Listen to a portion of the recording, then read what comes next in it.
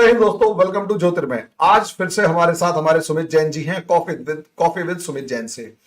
Sumit mountain नाम जिस तरीके से हम स्क्रीन के ऊपर देख रहे हैं, इसका मतलब अच्छे खासे विचारों के साथ साथ पर्सनैलिटी भी उसी लेवल पर है, माउंटेनियर वाली, माउंटेन वाली। देखिए अभी भैया, हम जो क्वेश्चन आज से करने जा रहे हैं, आज जिस चीज के ऊपर डिस्कस करने जा रहे हैं वो है पीसेंट मूवमेंट। और ये एक कंपैरेटिव स्टडी होगी कि इंडिया में क्या हो रहा है, चाइना में क्या होता है या हुआ है और कहां पर है। क्योंकि आप चाइना में बैठे हुए हैं, चाइना की ग्राउंड रियलिटीज को जानते हैं और आज से नहीं 10-12 साल से हैं, और काफी हिस्ट्री से लेकर पॉलिटिकल से लेकर सब चीजों को आप बहुत करीब से देख रहे होते हैं। किसानों ने हमारे यहाँ दोबारा से मोर्चा खोल दिया है, दिल्ली की तरफ बढ़ रहे हैं और बहुत एग्रेसिवली बढ़ रहे हैं। हालांकि उसमें खालिस्तानी ग्रुप्स होने का भी इस टाइम शक नजर आ रहा है कि खुले तौर पर कह रहे हैं कि जी हमें तो और किसी से मतलब नहीं है, हम तो खालिस्तान चाहते हैं। लेकिन उन्होंने जिस तरीके की डिमांड्स रखी हैं कि C2+50 फार्मूला, जिसके अंदर जितनी भी पीजेंट से जितनी भी एग्रीकल्चर में इन्वेस्टमेंट है उसका कम से कम 50% रिटर्न दोगे ही दोगे, चाहे कुछ भी हो जाए। अब उसमें महंगाई कहाँ जाएगी पता नहीं। 10,000 में महीने की पेंशन आपको बांधनी ही पड़ेगी 58+ ओल्ड ईयर वाले बंदों के लिए। 700, अच्छा मनरेगा के दिन जो है वो 200 दिन करो, 100 की जगह कितने 200 दिन, और 200 दिन के साथ 700 रुपए पर डे की फिक्स सैलरी करो, फिक्स अमाउंट करो, ताकि मनरेगा जो है वो वहां पर हो। अब उसके बाद तीसरी बात इन्होंने ये कही है कि मनरेगा के बाद के क्या नाम है, WTO से बाहर निकलो। अब आप सोचकर देखिए, WTO से बाहर निकलना, उसके बाद कई और चीजें हैं जो कि धीरे धीरे आगे कवर होती चली जाएंगी। लेकिन मेरा ऐसा मानना ये है कि ये 2-3 डिमांड्स ऐसी हैं जिनको अगर मान लिया देख लिया जाए। अच्छा, मजे की बात ये, इनमें से कोई भी ना तो टेक्नोलॉजी की बात कर रहा, ना डेवलपमेंट की बात कर रहा, ना उसमें रिसर्च एंड इन्वेंशन की बात कर रहा, ना हाई ब्रीडिंग जो क्रॉप्स हैं, हाई यील्डिंग क्रॉप्स जो हैं उनकी बात कर रहा। कोई कुछ नहीं कर रहा। उन्हें तो कह रहा है, हम ऐसा लग रहा है, अच्छा ट्राइबल राइट्स को बीच में ले आए हैं।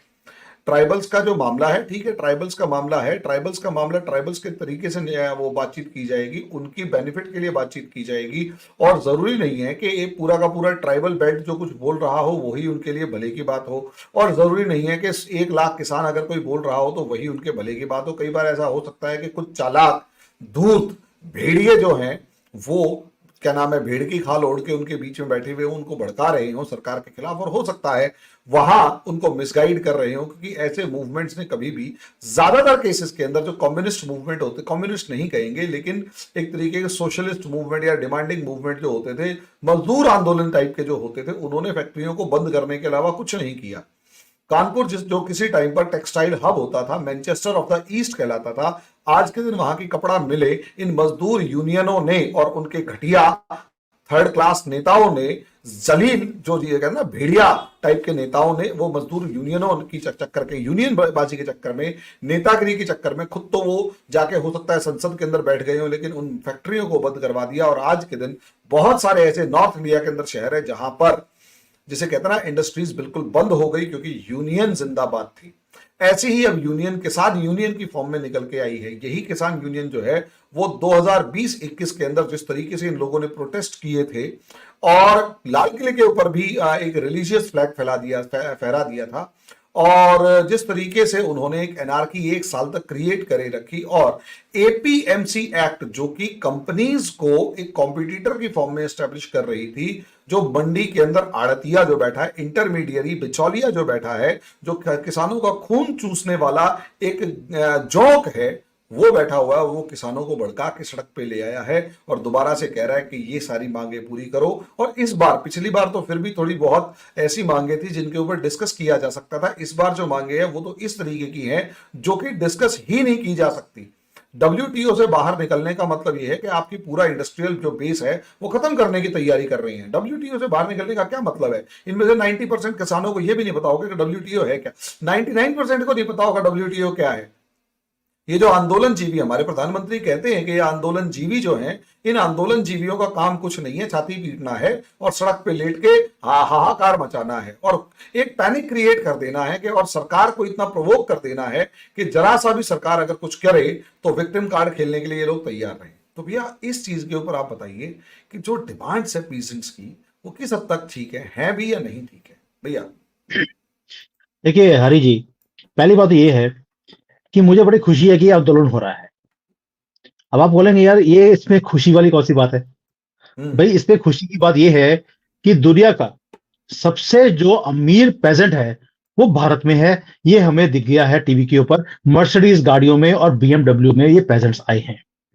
तो आप सोच सकते हैं कि इससे बड़ी खुशी की बात नहीं हो सकती कि हम दुनिया को ये मैसेज भी दे रहे हैं कि हमारा पेजेंट इतना ज्यादा अमीर है कि वो मर्सिडीज गाड़ियों में घूमता है। तो इसलिए मुझे इस बात की खुशी है।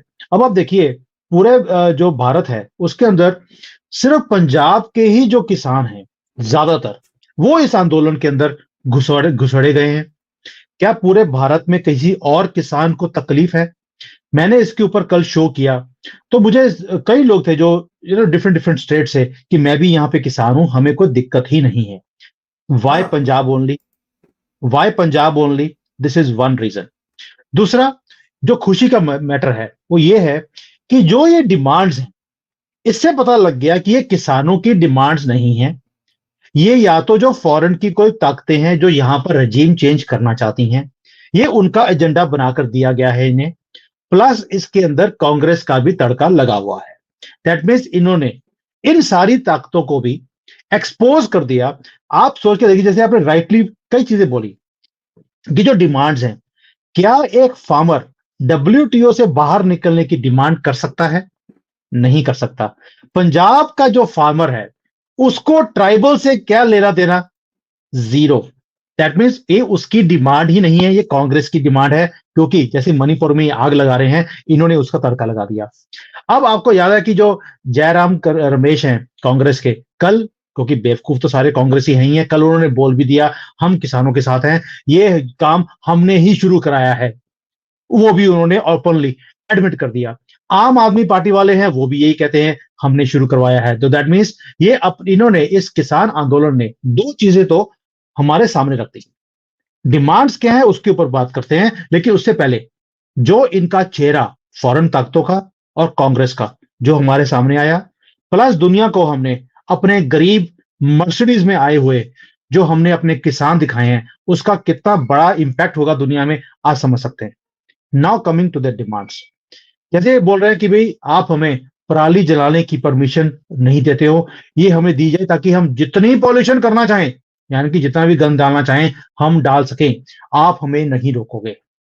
एक तो ये चीज है जो कि मुझे समझ नहीं आई कि भाई it is not only matter of environment, आपको इनकम सोर्सेज भी क्रिएट करके दिए जा रहे हैं। वो पराली को बेचकर आप तेल निकाल सकते हैं, they are not interested. That means अगर इनकी इनकम सोर्सेज को इंक्रीज करने की बात करते हैं तो ये बोलते हैं कि हमें इसकी जरूरत ही नहीं है।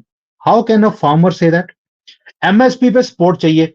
भाई दुनिया में कितनी कंट्रीज हैं जो एमएसपी देती हैं, और भारत का जो एमएसपी सिस्टम है सबसे ज्यादा एक्सटेंसिव है पूरी दुनिया में। I will tell you that also how it is most extensive. Even America Canada के अंदर ये सिस्टम नहीं है जो भारत के अंदर एमएसपी के ऊपर है, लेकिन इनको फिर भी खुशी नहीं है। और सबसे एब्सर्ड क्या है, ये बोलते हैं कि हमने बेशक अपनी बेटी की शादी के लिए लोन लिया हो वो माफ कर दो, जितने भी लोन है हमारे वो सारे माफ कर दो। और लोन कितने हैं? 24-25 लाख करोड़ रुपए।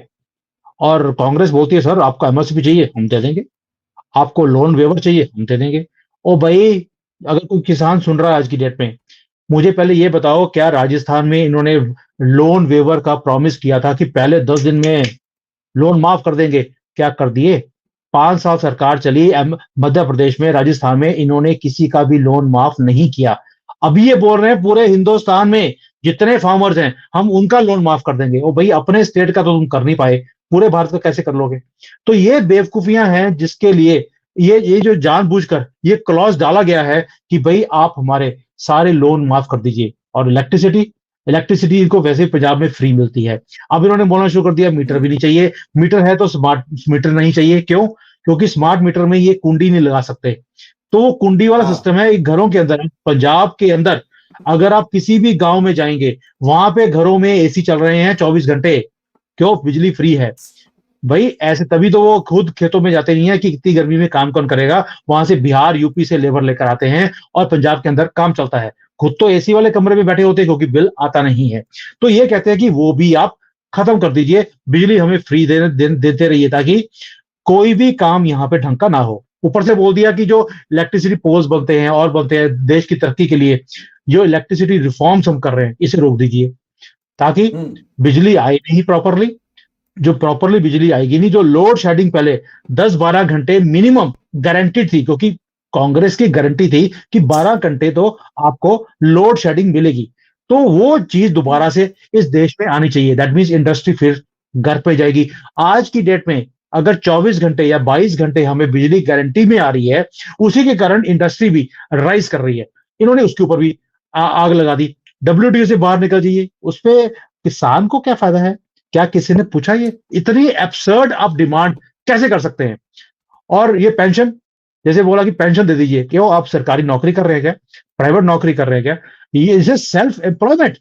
भाई आप सोच के देखिए, हरि मोहन जी आप अपना काम करते हैं, आपने अपनी कंपनी खोली हुई है, तो आप अपनी पेंशन खुद ही लगाएंगे ना।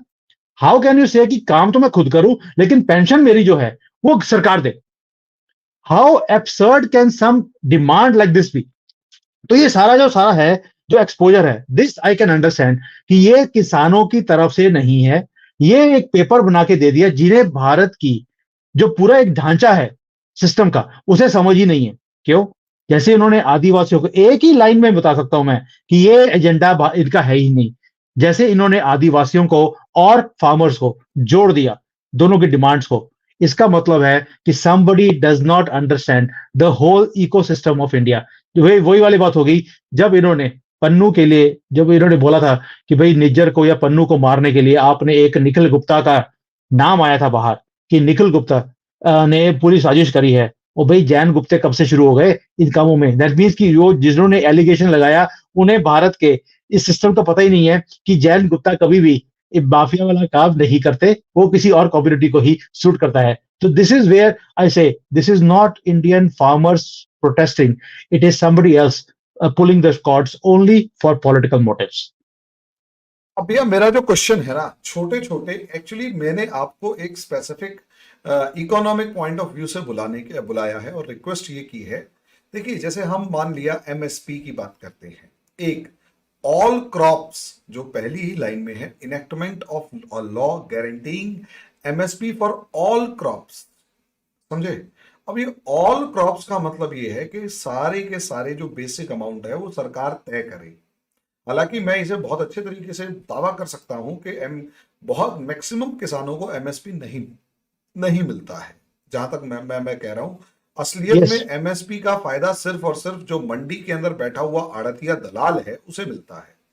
वो इस तरीके से कि मान लिया गवर्नमेंट जो है, जैसे एक फिक्स है कि एक बीघा या एकड़ पे 40 के करीब एक फिक्स जो अमाउंट है वो तो सामान खरीदेगी, बाकी नहीं खरीदेगी। अब उससे क्या होता है कि मान लिया किसान ने गेहूं बोया, तो गेहूं में 40 क्विंटल गेहूं जो है वो एक किसान से सरकार खरीदेगी, यानी उतना तो खरीदेगी ही खरीदेगी।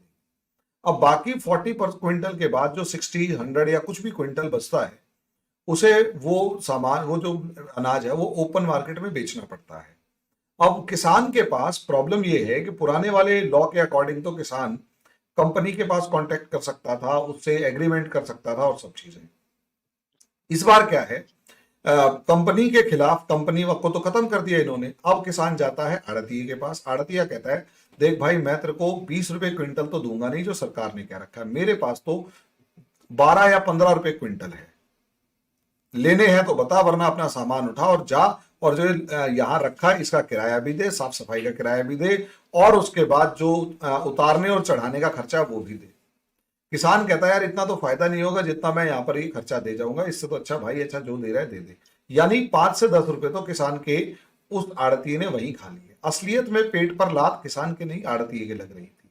अब यहां एमएसपी, पहले क्या होता था, एमएसपी सिर्फ गिनी चुनी 17 या 18 क्रॉप्स के ऊपर है, 12, 15, 22 18 क्रॉप। कुछ भी क्रॉप्स। हाँ, तो उसके बाद यानी जो वो क्रॉप्स हैं जो कि बहुत ज्यादा बोई जाती हैं और इंसान इंडिया के बेस के लिए भी बहुत ज्यादा जरूरी है, और वो इजी क्रॉप्स हैं, उनमें बहुत ज्यादा इन्वेस्टमेंट भी नहीं है और छोटा किसान भी उनको बो सकता है। अब जानबूझकर उन सभी क्रॉप्स की जब बात की जा रही है, तो कोई भी आप क्रॉप बोएंगे, चाहे वो कोई चीज मार्केट में कंज्यूम हो रही है नहीं हो रही है, सबको एब्जॉर्ब करने की जिम्मेदारी सरकार की हो गई। यानी किसान एक तरीके से ब्लैकमेल कर रहा है कि मैं कुछ भी बोऊं, वो मेरी मर्जी है, तुझे वो खरीदना ही पड़ेगा। एक बात, तुझे वो खरीदना ही पड़ेगा और मेरे अकॉर्डिंग खरीदना पड़ेगा। और तुम्हें बताना पड़ेगा कि कितना खरीद रहे हो। एक बात। दूसरी बात, सरकार ना हो गई यहाँ पर, मतलब वो हो गई, क्या कहते हैं उसको, क्या कहते हैं वो, बनिया हो गई, sorry I am using the word, लेकिन है, अब क्या कर सकते हैं। अच्छा, इसका दूसरा पार्ट समझिए। दूसरा पार्ट ये है कि अगर फसल खराब हो गई तो इंश्योरेंस जो है वो कंपनी देगी, हम्म। कंपनसेशन फॉर लाइफ, ठीक है, कंपनी देगी। और कंपनी जो है, अच्छा, वो गवर्नमेंट देगी, कंपनसेशन गवर्नमेंट देगी। अच्छा, और मतलब इंश्योरेंस गवर्नमेंट करेगी, उसका वो जो क्या नाम है, इंस्टॉलमेंट है, वो भी गवर्नमेंट भरेगी। बस किसान को उसका कंपनसेशन मिल जाएगा इंश्योरेंस के नाम पे। मतलब भैया, इंश्योरेंस की इंस्टॉलमेंट भी गवर्नमेंट भरे, और इंश्योरेंस के पैसे, मतलब वो इंश्योरेंस कंपनी भी गवर्नमेंट की हो, और उसके बाद पैसे भी गवर्नमेंट से ही मिले। तो यार ये ड्रामा क्या है। अच्छा, यानी अगर मैं फसल ना बोऊं तो भी, और फसल बोऊं तो भी सरकार की ऐसी तैसी मानना तो पड़ेगा, क्योंकि मैं किसान हूं और मेरे पास वोट ज्यादा है। इसके बारे में आप क्या सर कहेंगे? सर देखो, जैसे इन्होंने एमएसपी का बोला है कि ऑलरेडी 22 क्रॉप्स के ऊपर तो Bharat a only country in the world, again जो सुनने वाले हैं उनको समझना चाहिए, we are the only country in the world जहां पर इतना एक्सटेंसिवली एमएसपी दिया जा रहा है। और ये एमएसपी दिया क्यों था? ये दिया था हमने एक ग्रीन रेवोल्यूशन को लेके आने के लिए, जिसका टाइम पूरा हो गया। 60 साल हो गए जब हम एमएसपी लेकर आए थे, और ये लोग अब ये क्या कर रहे हैं कि 22 तो है, हमें बाकियों के ऊपर भी चाहिए। Why they are demanding it? क्या पूरी दुनिया में कहीं और ऐसा डिमांड है, या किसी भी और फार्मर को दुनिया में ये एमएसपी मिलता है? Answer is no. भाई मैं चाइना में रहता हूं, चाइना के अंदर सिर्फ जो इसेंशियल ग्रेन्स हैं वहीं पर आपको एमएसपी मिलता है। जैसे यहाँ पर पोक है, बहुत ज्यादा खाते हैं यहाँ पे पोक, उसके ऊपर है, सोयाबीन्स के ऊपर है। जो यहाँ पर शॉर्टेजेस होती हैं वहां पर उगाने के लिए उन्हें इंसेंटिव दिया जाता है कि आप इसको उगाइए। तो वो काम पंजाब के अंदर, हरियाणा के अंदर दिया गया था कि वे यहाँ पर वीट और राइस की कमी है, यहाँ पे उगता नहीं है, आप इसे उगाएंगे तो हम आपको मिनिमम सपोर्ट प्राइस देंगे। अब वहां पर एक्सटेंसिवली ये चीजें ऑलरेडी क्रिएट हो चुकी हैं। अब एमएसपी का सिस्टम बनता ही नहीं है। मार्केट ड्रिवन हर एक चीज होनी चाहिए, लेकिन इन्हें अब गारंटी चाहिए। बेसिकली ये किसानों की डिमांड ही नहीं है। भाई पंजाब के अंदर उगता क्या है?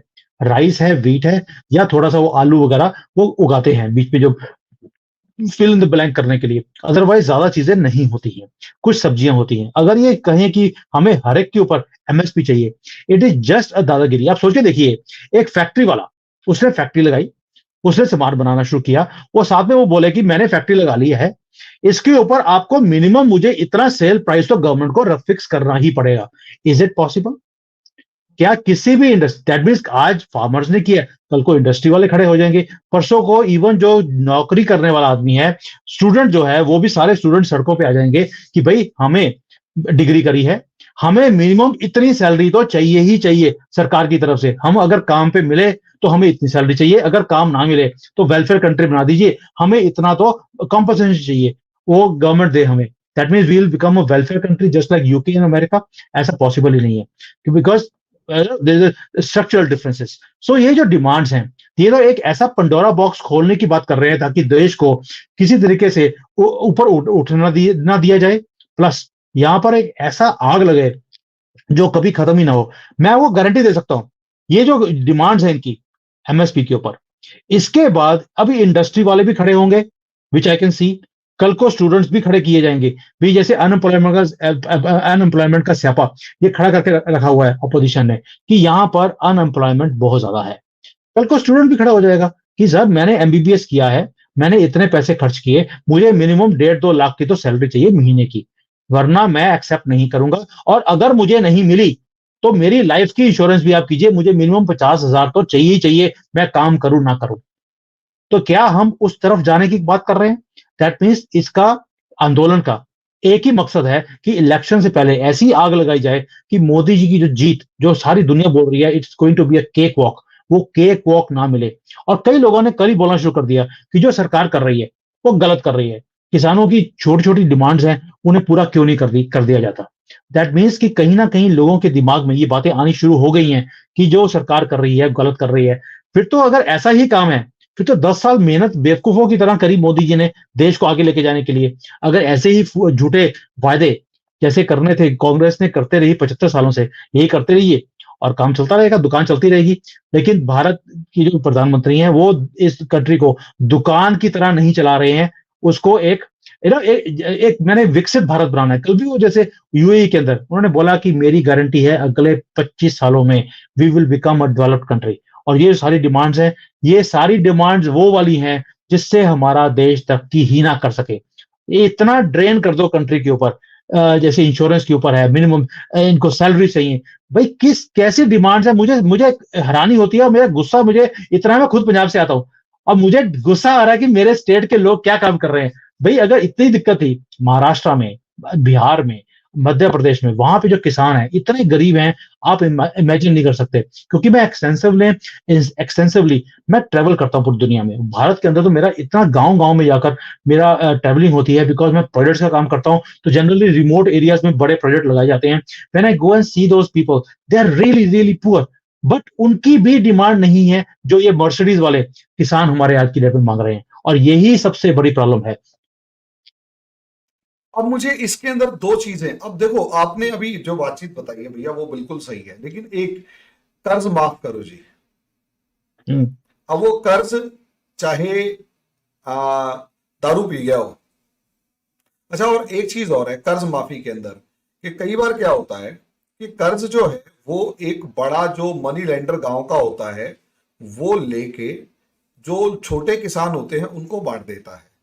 और जब कर्ज माफ होता है तो वो मनी लेंडर का तो कर्ज माफ हो जाता है, और जो छोटे किसान है उनका कर्ज माफ नहीं होता है, और वो तो वैसे के वैसे पिसते रहते हैं।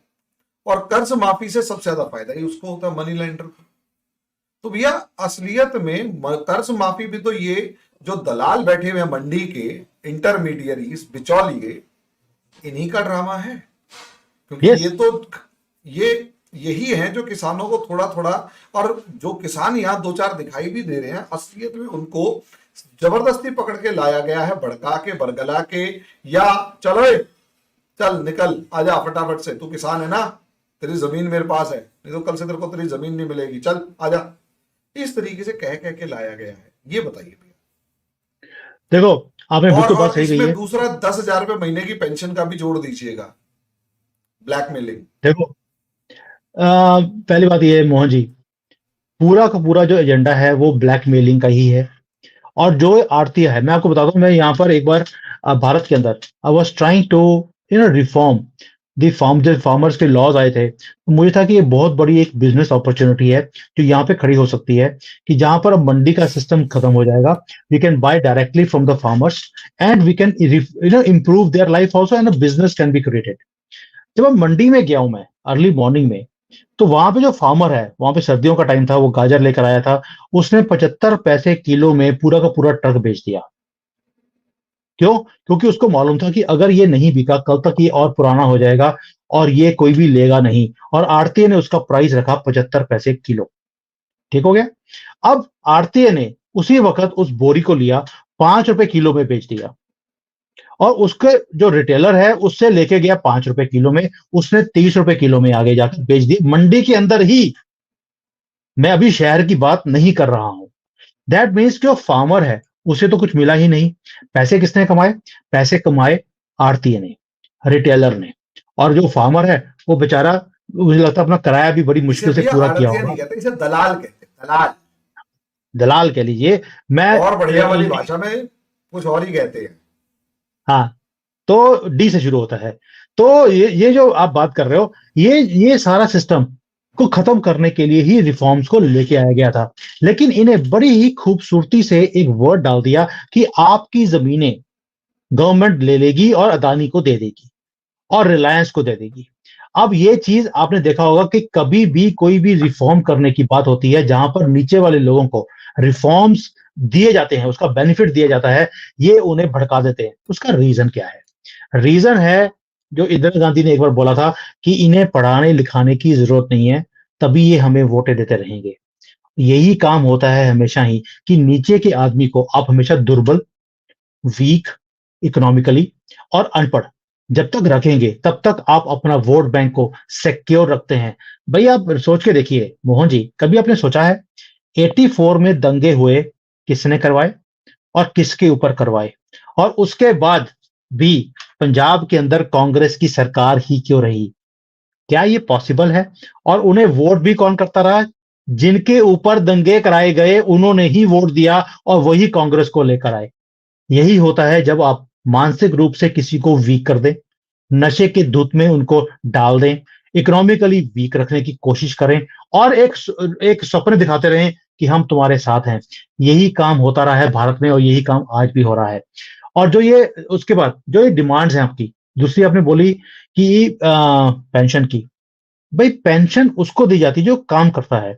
आप अपना अपना काम करते हैं तो पेंशन सरकार कैसे दे सकती है आपको? मैं आपको पहले बोला आप अपना काम कर रहे हैं आज की डेट में। When you are doing your work, then how can government give pension to you unless you become part of some scheme? तो ये जो डिमांड्स हैं they are so absurd, that means की डिमांड्स ही ऐसी बनाई गई हैं कि सरकार कभी पूरी कर नहीं सकती। भाई वर्ल्ड बैंक आ जाए वो भी पूरा नहीं कर सकता। तो डिमांड ही ऐसी रख दो कि आग लगी रहे, आग शांत ना हो। और इन्होंने बोल दिया कि अगर आपने हमारी डिमांड्स पूरी नहीं करी तो हमें खालिस्तान दे दो। अब ये डिमांड क्या एक किसान कर सकता है कि डब्ल्यूटीओ से बाहर निकलो वरना हमें खालिस्तान बनाकर दे दो? दैट मीन्स कि डिमांड ऐसी है कि ये आग खत्म ना हो, दैट्स ऑल। इस डिमांड्स का कोई मतलब ही नहीं है, इस डिमांड्स के ऊपर बात करने का भी फायदा नहीं है। रीजन एक ही है मोहन जी, मैं आपको बता सकता हूं कि ये जो डिमांड्स आज कर रहे हैं, आपने दुनिया में कभी भी ऐसी डिमांड सुनी भी नहीं होगी, ना पढ़े लिखे आदमी से, ना किसी पेजेंट से। हमेशा डिमांड होती है भी आप जो है थोड़ा सा यहाँ पर इंफ्रास्ट्रक्चर खड़े क्रिएट कर दीजिए। भी जो फार्मर है, फार्मर के लिए प्रॉब्लम क्या है कि जो वो बनाता है चीज को उगाता है, उसके बाद एक पर्टिकुलर टाइम होता है जिसके बीच में उसको बेचना है और उसी टाइम के अंदर उसको अगली क्रॉप भी लगानी है। वो विंडो होती है 15-20 दिन की। अगर वो टाइम निकल गया तो दो अगली क्रॉप उग नहीं सकती और उसके बीच में उसको पुरानी क्रॉप को बेचना भी है। और पुरानी क्रॉप अगर बिकेगी नहीं तो पड़ी पड़ी सड़नी शुरू हो जाती है, उसकी प्राइस वैसे ही कम हो जाती है। अब उसके लिए चाहिए क्या आपको? भाई जो इनकी डिमांड होना चाहिए कि आप हमारे लिए ऐसे कोई इंफ्रास्ट्रक्चर खड़ा कीजिए ताकि हम प्रोड्यूस करें, वहां पर उसको स्टोर करें। अभी सीजन का टाइम है, जैसे ही ऑफ सीजन आएगा तो हम इसको बेचकर ज्यादा पैसे ले सकते हैं ना। This is a genuine demand. जो बाकी की कंट्रीज है, मैं क्यों बोल रहा हूं, मैंने चाइना में इस चीज को देखा है कि यहां पर भी जो फार्मर था हमेशा ही गरीब रहा है।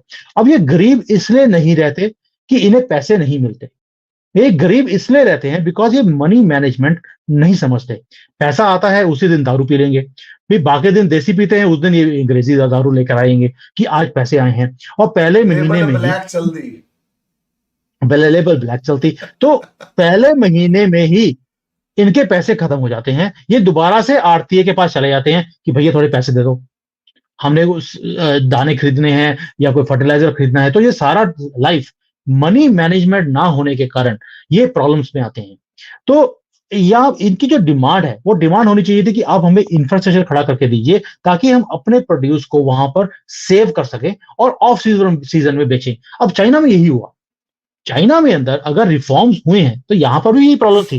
देखिए एक तो ये है कि यहां पर जो लैंड था वो हमेशा ही गवर्नमेंट के कंट्रोल में रहा है।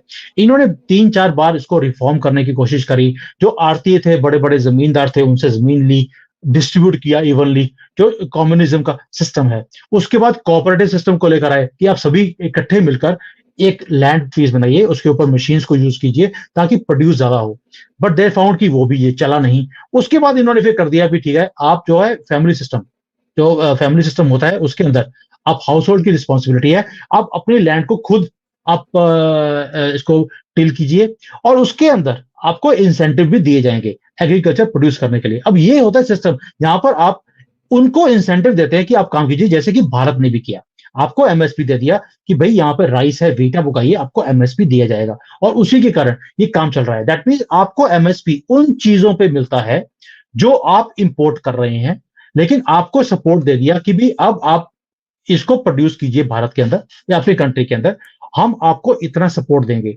लेकिन जो चीजें ऑलरेडी अबंडेंस के अंदर हैं हमारी कंट्री के अंदर, वहां से आपको डिस्करेज किया जाता है कि भाई आपको इसके ऊपर एमएसपी नहीं चाहिए मिलेगी, ये ऑलरेडी जरूरत से ज्यादा इस कंट्री में प्रोड्यूस हो रहा है, हम संभाल नहीं सकते, आप इससे निकलकर किसी और चीजों में जाइए। जैसे अभी मिलेट्स के ऊपर मोदी जी ने बोल दिया कि भाई आप मिलेट्स पे जाइए, आपको इंसेंटिव मिलेगा। लेकिन ये अपने आप को चेंज ही नहीं करना चाहते। ये कहते हैं कि भाई हम पहले से राइस उगा रहे हैं, वीट उगा रहे हैं, हम उसी में काम करेंगे। We do not want to मैं आपको चेंज एक अवर एग्जांपल सेल्फ। देता हूँ। हम्म। हमारे यहाँ गन्ना किसान है। हम्म। गन्ना किसान जो नॉर्थ इंडिया के अंदर खासकर वेस्टर्न यूपी में अच्छा खासा गन्ना किसान है, वो इतना गन्ना उगा देता है, इतना उगा देता है कि कुछ कहने की हद नहीं। और नॉर्मली अगर आप देखेंगे तो उसके गन्ने से जो गन्ने के अंदर जो चीनी प्रोड्यूस होती है वो कंपैरेटिवली कम होती है। और दूसरा वो जल्दी सूख जाता है क्योंकि नॉर्थ में ड्राई सीजन होता है तो गन्ना सूखता जल्दी है। और यहाँ जो एक रफ डाटा 2-3 साल पुराना है, जहां तक मेरे को याद है अभी, कि इनके गन्ने से जो चीनी 1 किलो निकलती है उसकी कॉस्ट है 45 रुपीज। वहीं अगर वही गन्ना महाराष्ट्र में होगा तो उसकी कॉस्ट है अप्रोक्सीमेट 30 रुपीज। अब जो 30 रुपीज वाली जो चीनी है वो तो इंटरनेशनल मार्केट में कॉम्पिटिटिव प्राइस में बेची जा सकती है, 45 रुपीज वाली नहीं बेची जा सकती। अब प्रॉब्लम यह है कि गन्ना किसान के साथ गन्ना किसान का वोट बैंक है, और गन्ना हम्म। किसान को वो गन्ने का जो एमएसपी मिलता है, पैसा मिलता है, वो अच्छा खासा होता है। और एक बार गन्ने की किसी फसल अगर बो दी तो 2 से 3 बार उसको काट सकते हैं बिना किसी कॉस्ट लगाए या बिना किसी एफर्ट के। तो यही यहाँ पर कलेश होता है, एग्जैक्टली यही कलेश होता है कि वो सरकार को मजबूरी में सही गन्ना खरीदना पड़ता है, और एक मिल को उस गन्ने को खरीद के उस गन्ने को बेच के महंगी चीनी को देश के लोगों में बेचना होता है। लेकिन किसान को इससे मतलब नहीं है। किसान कहता है मेरी जेब में पैसा आ रहा है, मैं ना तो यहां पर कोई दूसरी फसल उगाऊंगा ना और कुछ, मैं गन्ने को कंफर्टेबली इस्तेमाल करूंगा, भाड़ में जाए बाकी सब, मेरे को आ रहा है मजा। अब यहां ये एक ब्लैकमेलिंग तो है, सरकार इतना दब जाती है, कोई यस। बात नहीं। इस गन्ना किसान से एक बार फ्रस्ट्रेट होकर, भैया पता है चौधरी चरण सिंह ने कहा था, जब ये देखा कि गन्ना इतना उग गया है, इतना गन्ना उग गया है कि सरकार उसको खरीद ही नहीं सकती, तो फ्रस्ट्रेशन के अंदर पब्लिक मीटिंग में पता है क्या कहते हैं भाई, वो टोपी उतार के कहते हैं यहां भी गन्ना उगा देते।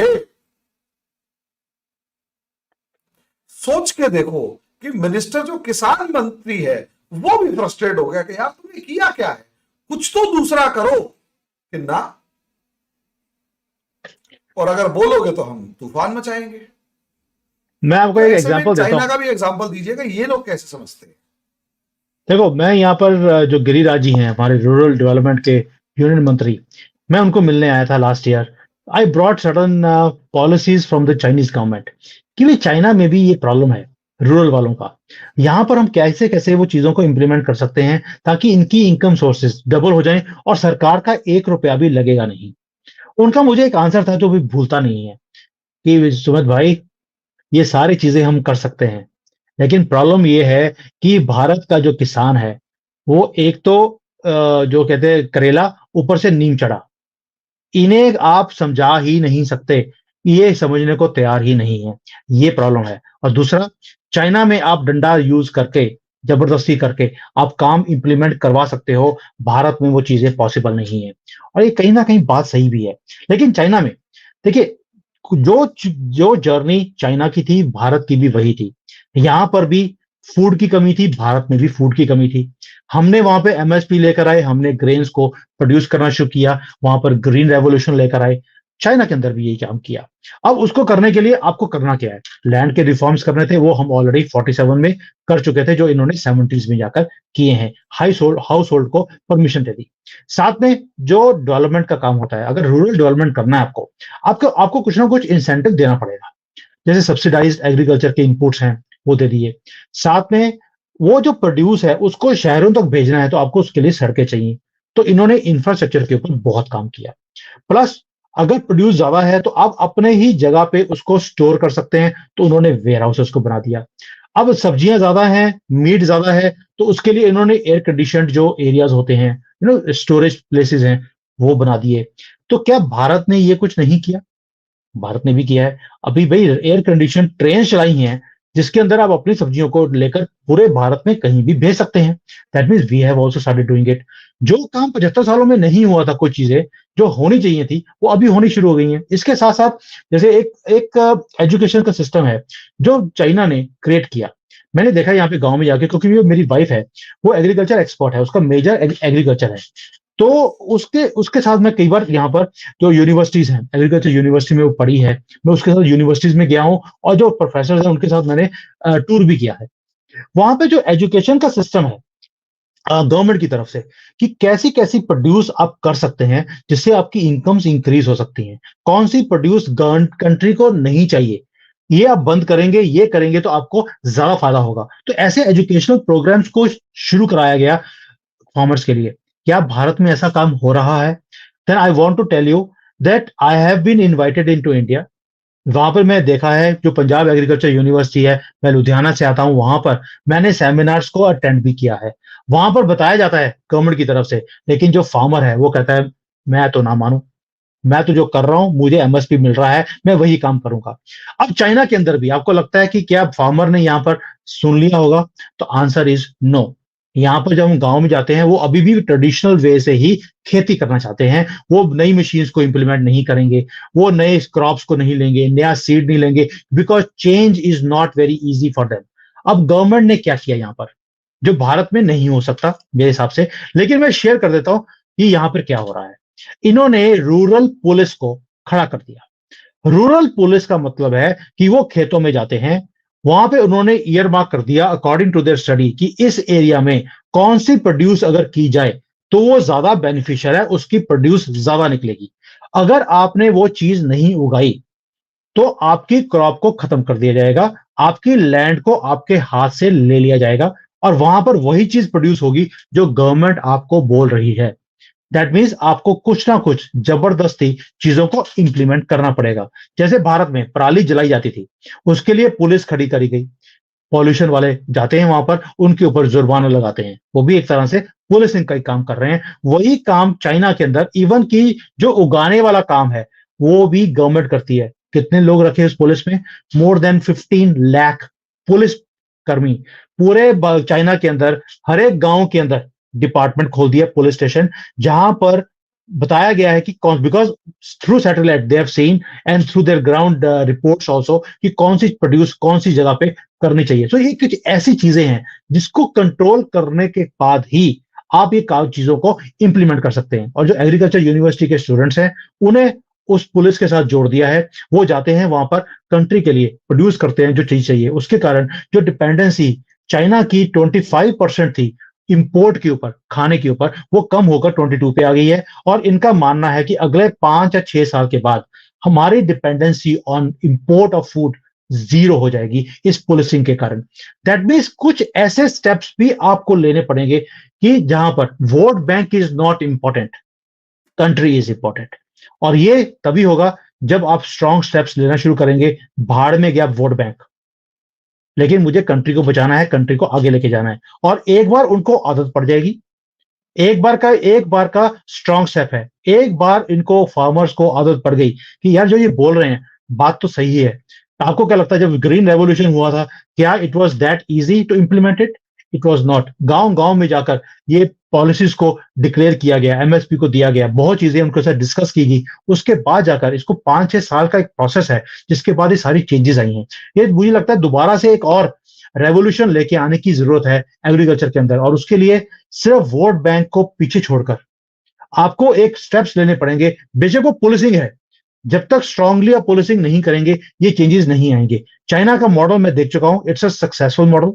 और यहां पर तो ये हालत है कि जो पब्लिक पार्क्स हैं अभी आज की डेट में, उसको भी जो पहले इन्होंने मिलियंस ऑफ डॉलर्स लगाकर पब्लिक के बड़े बड़े पार्क खड़े किए थे, उनको खत्म कर दिया गया है। वहां पर भी खेती शुरू हो गई है। वी वांट टू बिकम आत्मनिर्भर चाइना इन फूड, और उसके लिए नई मशीनें, नई टेक्निक्स, नए सीड्स।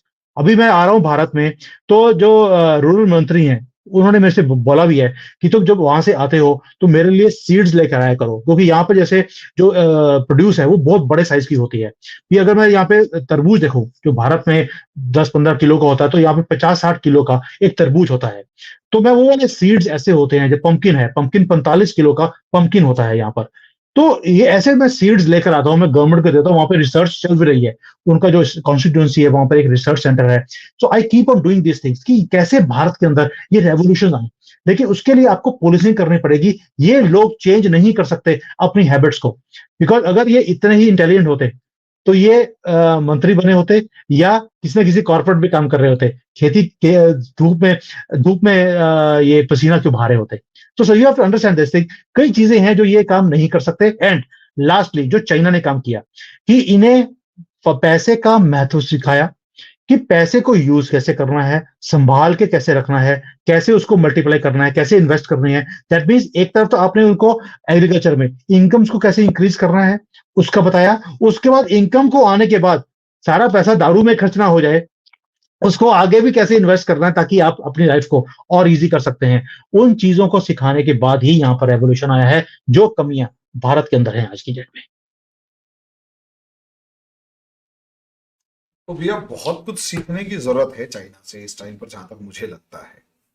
यस। तो इस तरीके से अगर हम देखें तो किसान आंदोलन के अंदर सबसे पहले तो ये आड़तियों का आंदोलन है, कोई प्रॉपर आंदोलन नहीं है, सिर्फ आड़तिए ही इसमें लगे हुए हैं।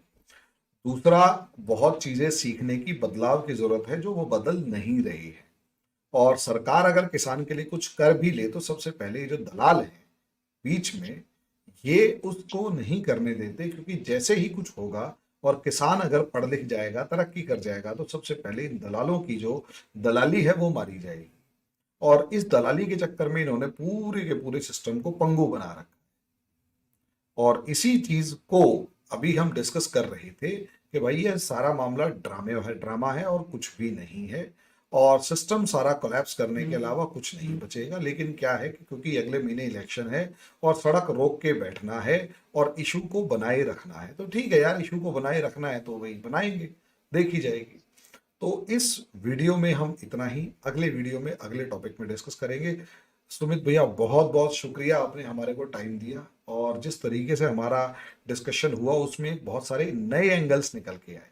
दोस्तों अभी के लिए इतना ही, धन्यवाद। नेक्स्ट वीडियो में नेक्स्ट टॉपिक पर डिस्कशन करेंगे। सुमित जी धन्यवाद। Hi there. If you liked the video, please don't forget to smash the like button, subscribe to our channel, and activate the bell icon so that you receive all notifications whenever we upload a new video. Thanks for watching.